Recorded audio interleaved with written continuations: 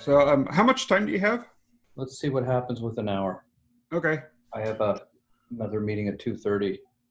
So Okay. let's see what happens. Was there a particular movie or show that got the juices flowing and where you said, this is what I want to do for a living? My first love has always been movies, and I was a huge James Bond fan. And I knew I wanted to be an actor because I thought actors made up the lines of dialogue and that they were making everything happen. And then I found out what an actor did and what a writer did. And I very quickly realized I wanted to be behind the scenes. And I wasn't, I was, when I was a kid, there were no iPhones or anything like that. So I didn't have access to any filmmaking equipment. I envy kids today.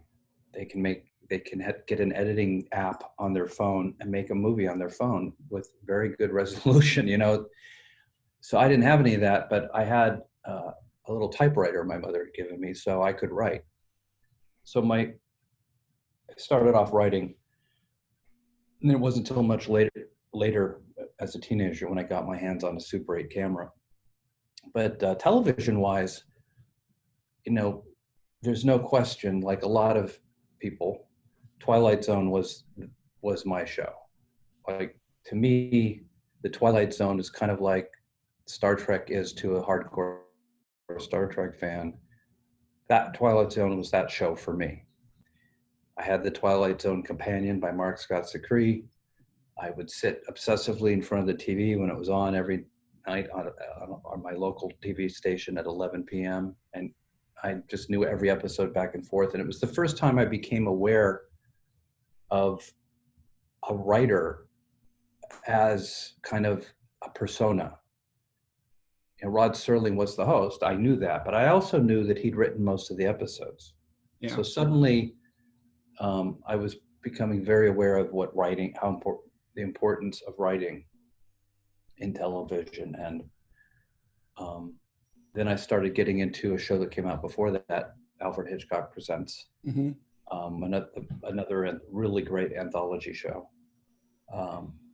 And I was, compelled by the variety of kinds of stories that Rod Serling did on that show. He did fantasy, he did science fiction, horror, humor. And it was kind of how I began to approach Star Trek when I got there. It was a way for me to grasp what the show was, because this is an anthology show. Yeah. With recurring characters. And it can be anything. And it kind of a brilliant premise in that regard that Gene Roddenberry came up with. Yeah, and all those shows, Twilight Zone, The Outer Limits, all those old shows. What's fascinating is, you can see them all on, I think, and I don't know about Outer Limits, but you can watch Twilight Zone, all the old seasons on Netflix now. Yeah. And rewatching them, they still hold up. Oh, a lot of them still hold up. Totally hold up. They really do. And I really feel it's the writing. The writing is kind of timeless. And the approach to the filmmaking, for the most part, is kind of classic. There's not a lot dating it. I was secretly hoping that Jordan Peele was going to do the new Twilight Zone in black and white. Yeah. Because I think that was a creative choice and a really important one to the show. Because you kind of also contributes to, if you look at the Night Gallery, which granted Rod Serling, I think there were some creative issues and he wasn't nearly as involved, but that show just is dated because it looks like old film stock. It's just, if nothing else, you're just like, oh, this show was shot in the 60s, maybe early 70s. So yeah, the Twilight Zone's amazing. Another show that I was really into, courtesy of my mother, was the Andy Griffith Show. Mm-hmm. Another time capsule that holds up really, really well. Just good writing, really great writing on that show. Were you into the original Star Trek? No, I was aware of it, but I wasn't, oddly, because I really, always been attracted to genre stuff. Star Trek, I knew people who loved it. I think it just was one of those things that wasn't, first of all, I never saw it in syndication. I'm sure it was on somewhere, but had I been exposed to it, I might have become a Star Trek fan. I just don't think it was in front of me. It wasn't on one of the 4 channels on my TV, And when the first movie channels, which were a huge deal, I think it was called the Movie Channel, at home box office, that was all I had on at that point. But so no, I was never, I'm glad, because though I took a lot of, early in my Star Trek career, I mentioned in an interview that I hadn't watched the original series, and that was held against me, even though of course I have watched all of the original series at this point. I think I probably brought a little bit of a fresh perspective in my own tiny way. Yeah, we my brother and I, Paul, we kind of noticed that we were rewatching some of the episodes that you did on TNG. There was something new to the to some of those episodes, kind of breathed new life into it. And did you start writing for Star Trek right off, or how did you get that job? Well, I was at UC Santa Cruz, which had a wonderful kind of little film program at the time, which is quite large now. And I didn't know what I was going to do. I applied for an internship at the Academy of TV Arts and Sciences. They have an amazing television internship program in every category, from costumes to script writing to directing. And I applied for the script writing internship. I didn't get it. And I applied the next year, the year I was leaving school, and I ended up getting it. And there were 2 positions. There was a position on a sitcom called Dr. Doctor that the other script writing intern got put into. Could have been me. And then there was one on Star Trek The Next Generation. And that's courtesy of Michael Piller. Michael Piller, who was running the show at the time, he's passed away now. He was always in search of new talent. He started that spec script program, where people could submit scripts they'd written for Star Trek The Next Generation. Kind of unprecedented. I don't think it's ever been done since. And he brought me on as an intern for 8 weeks. I had just watched Best of Both Worlds Part 1, which had just aired. This was in June of 1990. I thought, wow, that was a cool episode. And then I walked into Michael Piller's office Monday morning. I don't remember what day in June. And he was writing the second part. And he was like, I'm trying to figure out how to beat the Borg. And so I came in between seasons 3 and 4. Okay. So you said that you've always been writing since you were a teenager. What is your writing process like? Can you take us through your writing process? Oh, the writing process, it changes. I used to come, every day after school. I couldn't wait to get home and be writing my short stories at my typewriter.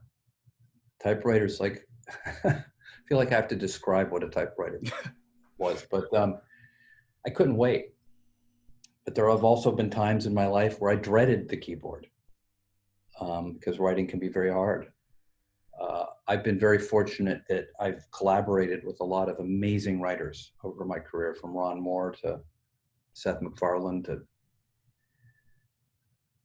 and others. that was one of the revelations of joining a writing staff in TV, was that writing doesn't have to be so lonely. We all sit in a room and come up with that stuff. Yeah, I wanted to ask you about that with the writer's room. In your opinion, what do you think is the best approach? Would you rather be having a single main writer with a couple assistant writers, or have a giant group together? What do you think is the best way? It depends on the show, and it depends on how lucky you are in finding a group of writers that gets along and can all write the show. I've never had a situation quite like Next Generation, where you had Michael Piller and Jerry Taylor as these more veteran writers and a bunch of kids who were in their mid-20s, and but that was a great writing staff. And we would sit in a room together and figure these stories out. I think of an episode like Cause and Effect, which is one of my more famous TNGs, about the time loop. And, I didn't come up with all that by myself. We all banged our head against the wall to figure out how the hell they were going to get out of the time loop.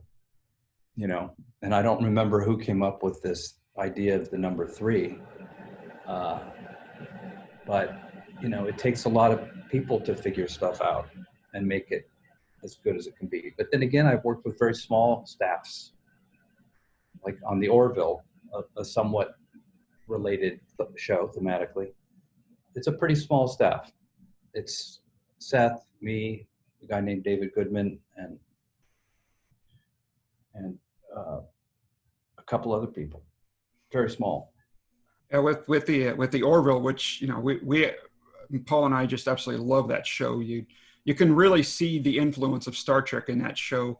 Was that done on purpose, or did that gestate? Or well, Seth MacFarlane is a huge Star Trek fan, particularly Next Generation, because that was his generation Star Trek, right? And we talk. Seth and I have been friends for a very long time, and we met through Star Trek. We met when I was doing Enterprise, and I put him on the show twice, and I think we talk about Star Trek. We talked about doing a show, and ultimately he ended up kind of creating his own version of it. And I think it was it was very conscious in terms of a show that told standalone, kind of allegorical, anthological type stories. And one of the things Seth really insisted upon, aside from the fact that he wanted to depict an optimistic future, which had all but vanished from television. Even the new Star Treks aren't really quite that. Yeah, I was going to say that the Orville is actually more Trek than the new Star Trek shows are. In some ways it is. But he also was, he's like, I want to get back to the type of storytelling he said, he used to say one of the things I loved about Next Generation was I never knew what I was going to get. It was always something different. And so in that regard, the Orville's a return to a kind of screenwriting that honestly I never thought I'd be doing again. And once I started doing it, I'm just like, wow, I missed this so much. And I'm so happy to be doing the Orville. And the 3rd season is amazing. If you like the first 2 seasons, the 3rd season you're going to be very happy. Is there a word when the premiere will happen for the 3rd? Well, I think it'll be on Hulu. And you're going to see, people are just going to be blown away. No, there's no date yet because of this pandemic kind of turned everything upside down. So yeah, it's coming. Yeah, going back to Star Trek, it must have been kind of, I don't know if it's exhilarating or nerve-wracking to go on such a major show like that. Did you ever meet Gene Roddenberry? Yeah, I did meet Gene. When I started, It was Michael Piller and Ron Moore. The rest of the writing staff, for whatever reason, I wasn't there. They were gone, you know. Mm. And it was just those guys, those two. And Gene was there too. Gene was less involved at that point, but I did meet Gene Roddenberry. And for a while he was coming into the office. An amazing guy. And just, you know, I am lucky to have met Gene and to have worked with Gene and Rick Berman, who and put Star Trek's DNA in me. Like, I knew what Gene was doing. I knew what he wanted the show to be. And Rick was a very studious caretaker of Gene's vision. And it's a vision of optimism, and where I think Michael Piller's genius was focusing on the characters and finding ways to put them in conflict that were believable in the context of a future where they weren't bickering about petty primate stuff like we do. Yeah. Idiotic stuff. Yeah, they used the common sense. They used a way to diplomatic ways right. instead of just violence. Or irrational. They weren't irrational. And so the conflicts, you know, they could be there, but they had to be earned. And, you know, if you wanted the normal kind of primate conflict, write another show. That's always been my beef with people who complain there's not enough conflict. I'm like, well, then write another show, because that's not the show Gene created. Yeah. So that's just my opinion. Yeah, well, you know, I totally agree with that. You know, it's like with the new Trek, it's so much more violent and dismal future. If they wanted to do that, write a completely new show. Don't write Trek. Don't ruin the optimism that Trek was. And well, so I haven't seen all but a couple episodes of Discovery, and I checked out Picard. So, and I'm probably not a good person I bring a lot of my own petty primate stuff, you know, because I did that show for 15 years of my life. And but there are things I think are great about it, and there are things that bother me about it. But certainly the ethos of optimism, which I believe is the key to Star Trek's longevity, aside from the fact that the episodes are apparently fun to watch over and over again, it's a future you want to be a part of. You know, it's a reason that people always wanted to be depicted on Star Trek. You know, they want to be a part of that future. Yeah. You know, I mean, the original Trek was such a precedent. I mean, you had the first interracial kiss. You had an African-American woman being part of the bridge crew. I mean, it was unheard of in that, especially in that the time. Whole crew. I mean, you had Sulu in there. You had a Russian in there. Yeah. It was, you know, and that was part of Gene's vision too. And that's why he created a blind character. Like Gene's future is one in which everybody has a place, everybody belongs, and everyone has value and something to contribute. And that's a humanist future, a deeply, deeply humanist future, where science is also part of everyday life. Yeah. Now, with knowing that and meeting Gene and having all this optimism and ethos instilled in you, did you ever feel the weight of what Gene wanted from him or Michael Piller, Rick Berman, or were you allowed to do your own? Well, I was terrified to write the show. Unfortunately, the first script I wrote was with Ron Moore, so I was in good hands. But the way I had to wrap my head around the show, I immediately saw that if I tried to think about Star Trek as a whole, I would have been paralyzed with fear. If I just focused on, well, there's room for all kinds of storytelling on this show, and I'm going to just focus. I can't think about the history of Star Trek and the politics of the Klingons and the the, you know, the show was very rapidly gaining popularity after that cliffhanger. And if you think about that stuff, you're going to go crazy. So I just thought, what are the kinds of stories that I can tell here that I know I could probably execute? Until, eventually I'd be running my, Star Trek. And then you do have to think about all those things. But as a staff writer, you don't. Okay. Now you created Enterprise, is that? Yeah. Okay.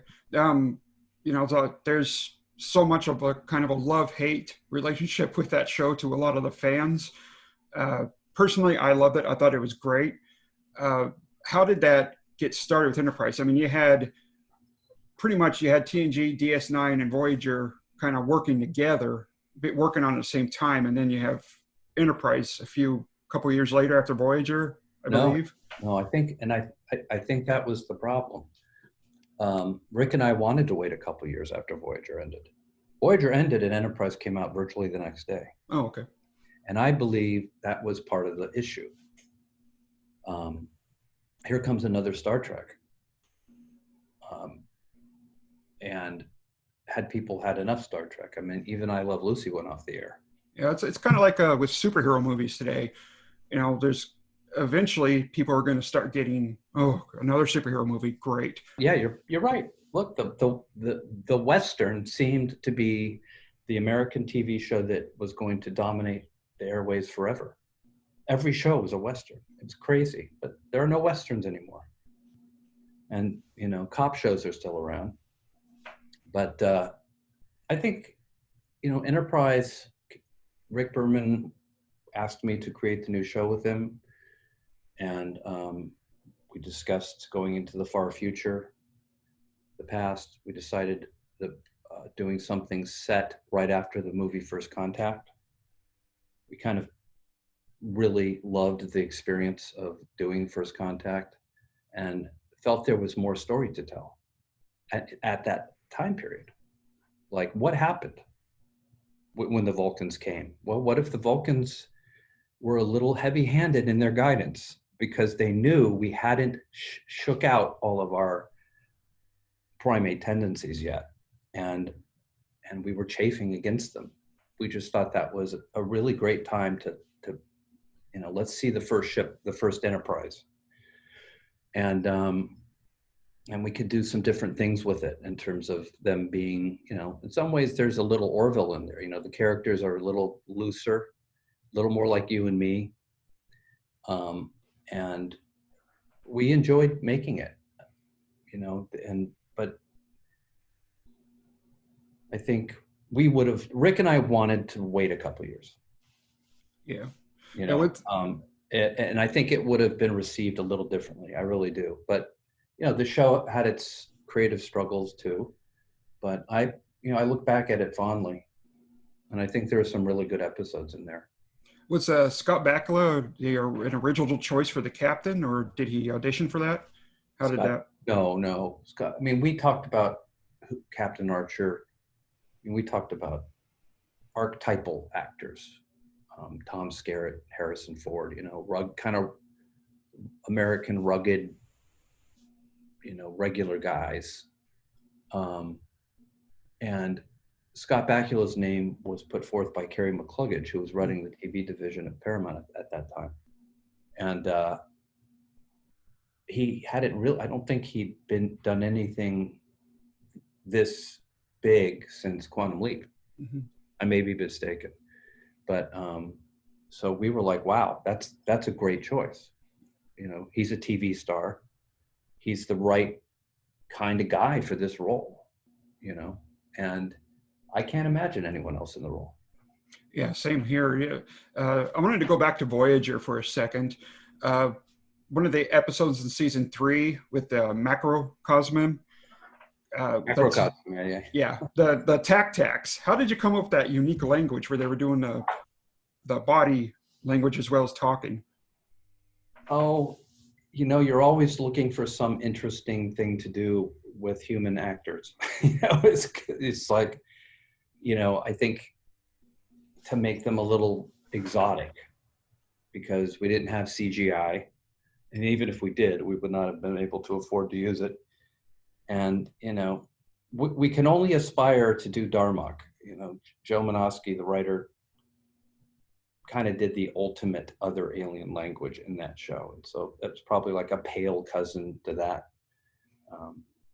I don't remember how I came up with the idea exactly, but I always found it interesting how, you know, bring new life into what the alien cultures instead of just speaking English, which kind of gets some flack from Star Trek. Why are all the aliens speaking English? I mean, we were equipped with Universal Translator, and we almost have them today.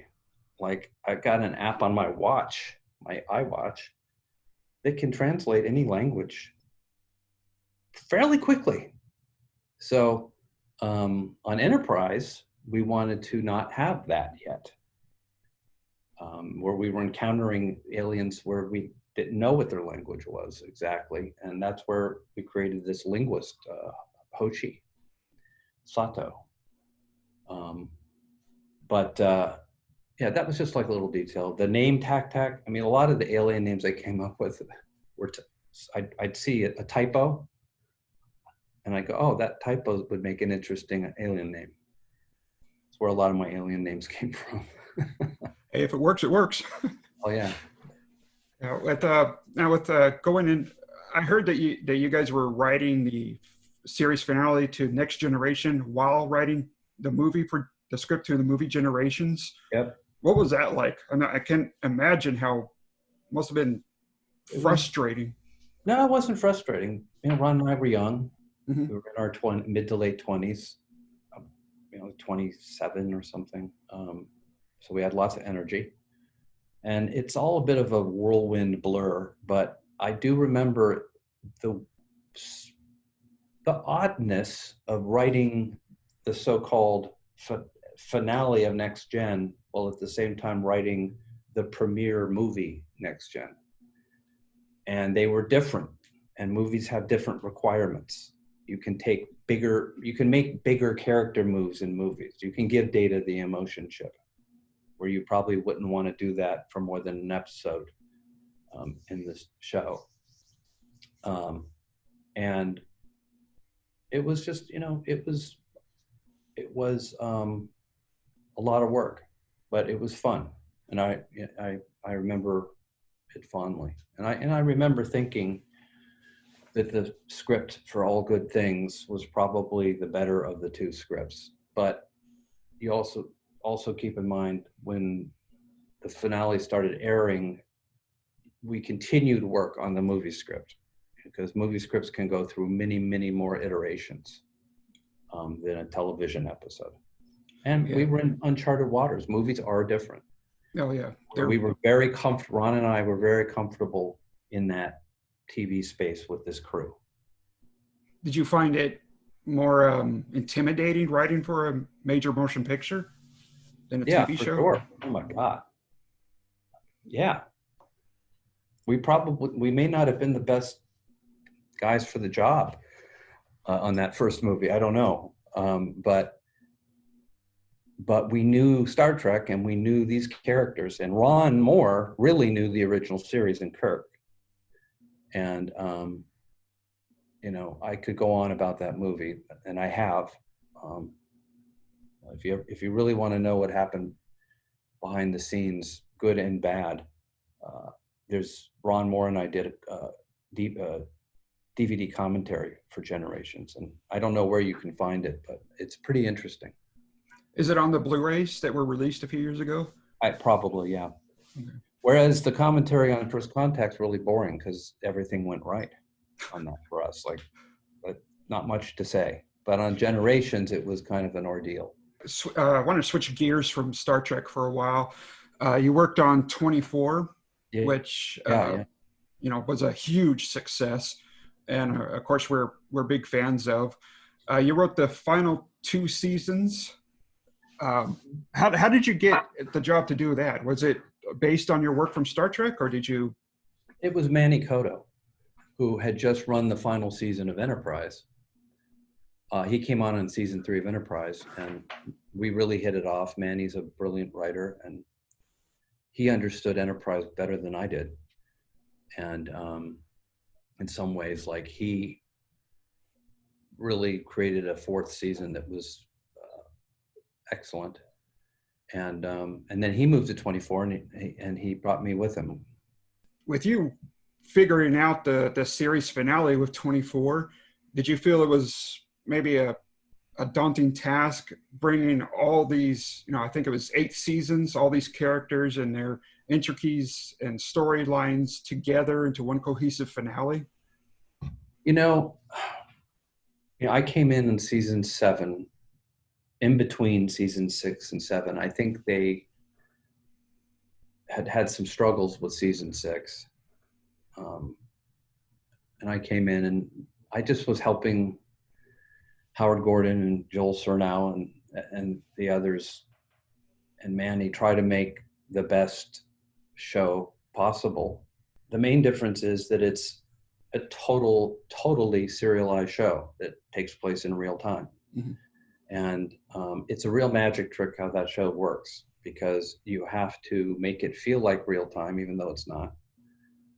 And you have to make sure the audience understands what's happening at all times, which is an expositional magic trick, without making it feel like exposition.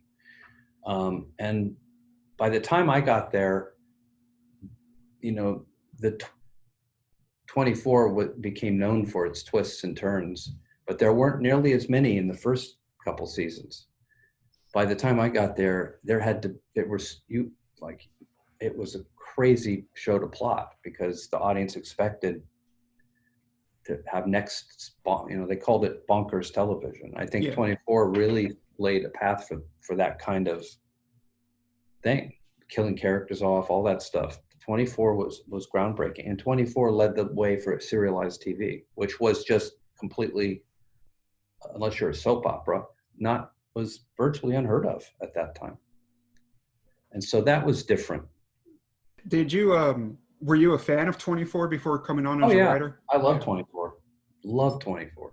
And I wanted to know how they wrote it, because I was like, how are they doing this? Yeah, that's what I always wanted to know. It's like a bunch of it was Howard Gordon, Evan Katz, David Fury, me, Manny. It's like maybe 7 or 8 writers in a room beating their heads against the wall trying to figure out. And then, you'd write a script, then you find out that 2 scripts ahead of you, they change things. So you have to completely rewrite your script to fit that. But then it was just so fluid and such a high wire act. I really think it contributed to what was on the screen. The intensity. It was like hot off the press, man. Here's what's going to happen. And I think that translated, and you really cannot give Kiefer Sutherland enough credit. That guy, I don't know how you do 24 without Jack Bauer. It was really about him. Compliments to you guys. You guys definitely pulled through it and made some great finales with 24 and STNG. Yeah. The hard work it must have taken you, not just you personally, but the whole group. I think we also were kind of like, we kind of knew the 8th season would be the end, but we didn't know till kind of late. So we just had to tell the best season that we could. Did you work on Redemption? No, I did not. I did not. I think I was asked to. Or maybe they wanted me to come on to 24 Legacy. But I was just, I think I was shooting Cosmos at that time. Yeah, about Cosmos, that's a retelling from the Carl Sagan. That was a show, I think in the way early 80s originally. 1980, came out in 1980. So how did you get involved with that? I got a call from Seth MacFarlane one day. I was just wrapping up a show called Terra Nova, which I thought was going to get a 2nd season, wasn't sure. And he said, do you know the show Cosmos? And I said, it's one of my favorite shows of all time. And he told me that they were doing another season of it after 30 years. Would I be interested in helping? And I ended up doing 2 seasons of it. In fact, it's worth mentioning that the new season of Cosmos 13 all new episodes called Cosmos Possible Worlds. It's going to premiere on Fox on September 22nd. Tuesdays at 8, and then on Hulu the next day. And it's a really great season.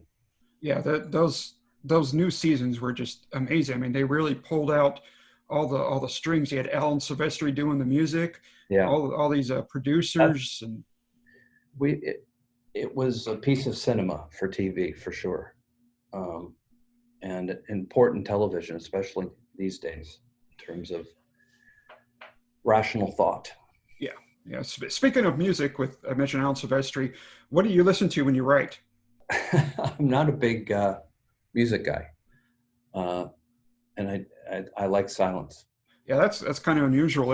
All the writers I've ever talked to, they always said, "Oh yeah, we listen to film scores or classical music." First time I ever heard someone say silence. Nothing. Oh, I used to listen to. When I was a teenager, I would listen to. I'd put on I was particularly fond of the Shining soundtrack,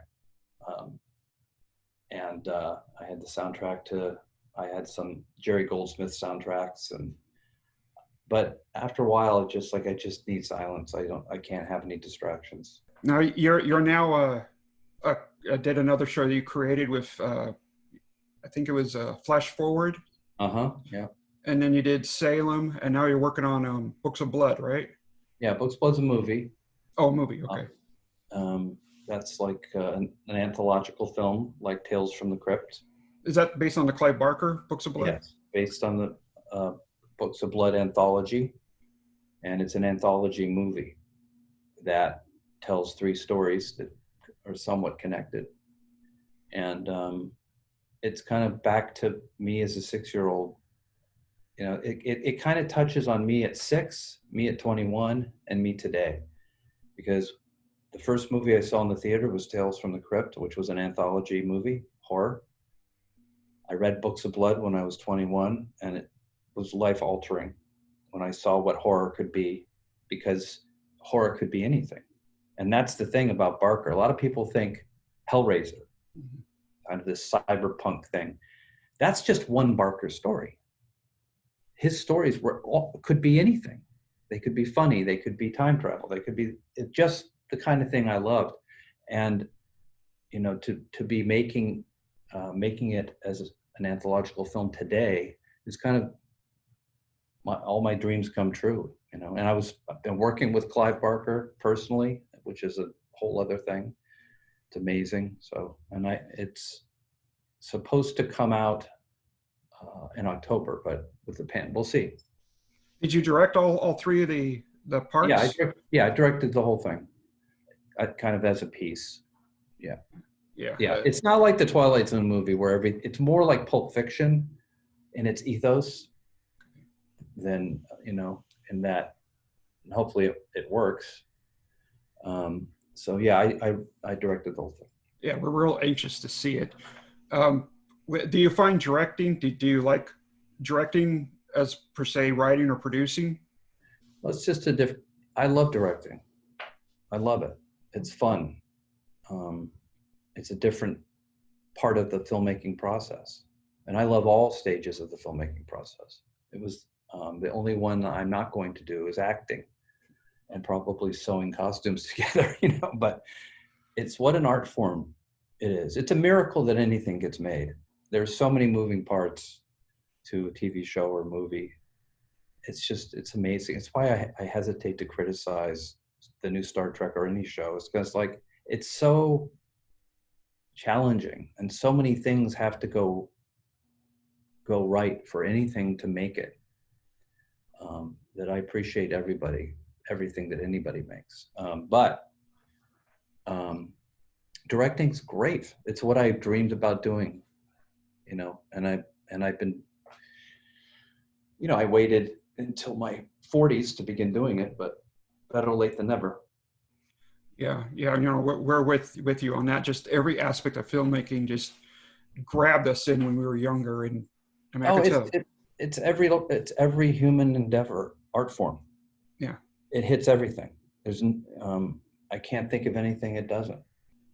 Just a personal question for myself. I wanted to ask: do you have a composer for Books of Blood yet? Tyler Bates. Tyler Bates. Yeah. Tyler Bates did Salem, wrote the theme song for Salem, Marilyn Manson theme song. And he did Suicide Squad. He did all three of the John Wick pictures. He's a film composer primarily, and who I'm friends with. And yeah, I'm a big fan. he did the Guardians of the Galaxy movies. Like he's a really great composer, and so yeah, I'm lucky to have him. Yeah, he's a terrific composer. So when we hear that one of our favorite composers is doing something that we're anxious, it just makes it more anxious to see and hear what they have to offer. I know, isn't that great? You get to, you might go see a movie because of the composer. Exactly. Yeah. I just wanted to ask a couple questions from some viewers. Of course. Arvid from Dallas, Texas asks, what's the difference between a screenplay and a teleplay? The difference between a screenplay and a teleplay is that a screenplay is written for a movie, teleplay is for a TV show. TV is shorter, and typically, the real, I guess maybe what she's really asking is, what's the difference between writing for movies and writing for television? Mm-hmm. Nowadays, less of a difference, because TV has become, when I'm making Cosmos or even Orville, I feel like I didn't have a lot of the tools available and the budgets available that TV has become so competitive and kind of epic. But movies have movies are bigger. Movies are, the difference between writing Next Generation is like TV. Sorry, I got to turn this tea kettle off. No problem. Incredibly annoying and loud. Okay. So I liken writing TV to, you're living with that family of characters, whereas in movies you're visiting them for Christmas every 4 years. So so you need bolder moves with with movies. So we gave Data an emotion ship, for instance. Characters can die in movies. They just have a more expansive narrative thing going on. Like you're not going to do, what's a classic episode of Star Trek that's just two people talking? Like that's not going to be a movie, unless it's My Dinner with Andre or some small independent thing. But and look, in TV, the writer's the boss. In screenwriting, the writer is most definitely not the boss. The director and the producer are the boss. And so I really, it's a big difference. And so with writing a movie, you said the director or producer's the boss. So basically you write what they want. Well, you're right. It's in an ideal world, it's a collaboration. But I've been, Ron Moore and I wrote many early drafts of Mission Impossible 2. Mm-hmm. Other writers came after us. We were the first, but other writers came along, and I don't even know how many. That doesn't really happen in TV so much. This question is from Aaron Kilburn from Lake Tahoe. He wants to know how much has the medium of screenwriting and producing and directing, I guess all aspects of filmmaking, has changed with streaming services. There's no question in my mind that TV is in a renaissance like it's never seen and probably never. It's mind-blowing. When I started in 1990, there were 4 networks. Fox was pretty new. And there was syndication and local channels. But there wasn't any, like what's great about TV now is all the genre that's out there. Next Gen was pretty much all on its own. You know, you had your Xena came along, and Xena Warrior Princess came along. But, you know, people, it was a big deal when Next Gen was nominated for Best Dramatic Series in its 7th season. Yeah. Because we weren't really taken seriously. Our ratings were big. The show was a huge success, but we were a syndicated show and we were science fiction. And I still don't think science fiction gets taken seriously enough by these awards people. It's like, what will it take? I guess Game of Thrones. It took Game of Thrones. But we didn't win Best Dramatic Series. A show called Picket Fences won. And you're not watching Picket Fences over and over again, are you? Yeah. Yep, exactly. But to be nominated was a big deal for us. It meant, okay, this has hit the mainstream. And what's great to see is how much television is science fiction and horror and fantasy and so, in some cases just experimental. Like, it's crazy. No one could have predicted. When I started on on Next Generation, people were saying the 1 hour drama is dead because all these news programs like 2020 and Dateline and stuff were like super popular. And so it just goes to show no one can predict no one knows what's going to happen. Yeah. But I think the streaming services are an amazing blessing. Yeah. It just opens up so many avenues for making stuff, you know. Star Trek is still being talked about. TNG is still being run. People are still loving it and enjoying it. Yeah. And that's, to me, that would be the real success of a TV show. Its longevity. Well, I never could have predicted that I would be on this podcast talking about work I did 30 years ago. I knew people were digging it at the time, but it's really kind of amazing to me that people still love watching these episodes. Yeah. And it's, you know, that's why I'm talking to you right now. I think Star Trek remains an important cultural monument around the world because it does stand for something. It stands for humanism and science and exploration, and depicts a future that without war or poverty or disease. And man, that's the kind of thing we need right now. So lastly, if you had one thing to tell any young filmmaker trying to break it into the business today, what's the one piece of advice you would tell them? Forge your own path. No success. Always amazes me is how no success story is the same. They're all very different. And also be ready. If you're a writer and somebody takes an interest in you, you better have some writing. There's no excuse for any aspiring filmmakers today to not be making things. It's free if you have a cell phone. Like, write and make stuff, and don't try to emulate other people's paths. Like, you're gonna and move to LA. You got to live here. You got to live in Hollywood. Yeah, a piece of advice that kind of goes along with that one person gave my brother and I is that if someone takes interest in you and say buys your screenplay and says, okay, what else do you have for us? Make sure you have something else. Somebody said once, I don't know who, that one recipe for success is